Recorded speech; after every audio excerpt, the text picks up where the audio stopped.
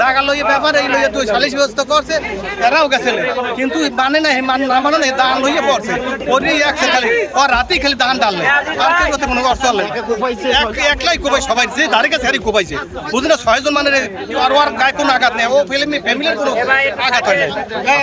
ওরা হচ্ছে তৃতীয় পক্ষ, এই যে শাবনুর, হোসনে আরা, মুক্তা, সোহেল বিশ্বাস, তারপর নাজমা, জুয়েল, ঠিক আছে, এরা হচ্ছে তৃতীয় পক্ষ।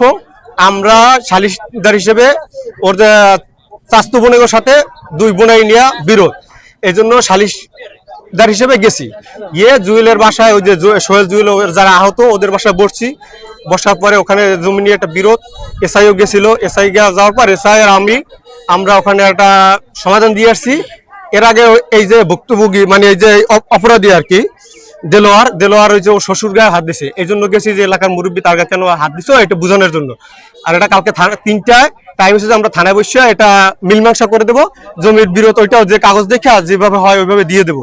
কিন্তু ওখান থেকে আমরা এই যে এসআই এবং আমি চলে যাওয়ার পরে, এখান থেকে আমি সদর গিয়ে কেবল লিস্টকে নামছি, তখন শুনতে পারি যে ও হত্যার উদ্দেশ্যে অতর্কিতভাবে এদের পিছন থেকে এলোপাতালি কোপ ছাড়ে। এবং এর ভিতরে আপনি দেখছেন যে জুয়েল ও গুরুতর অবস্থা, অসুস্থ, ওর ঘিলু বের হয়ে গেছে। অনুপুর আল্লাহর ইচ্ছা খুব সাথে দেলোয়ার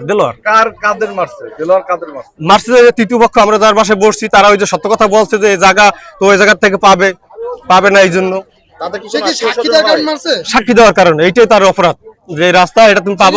তার পরিচয় আছে, তার নাম ঠিকানা এবং বাবার নাম কি জানেন? যে মারছে ওর নাম দেলোয়ার। এরা তো আমরা তো আসলে কালকে বিকেল থানায় বসতে বলতাম। আর হচ্ছে আপনাদের যদি আমার এই যে ওদের আহত যারা হয়েছে ওদের কি আত্মীয় স্বজন হয়?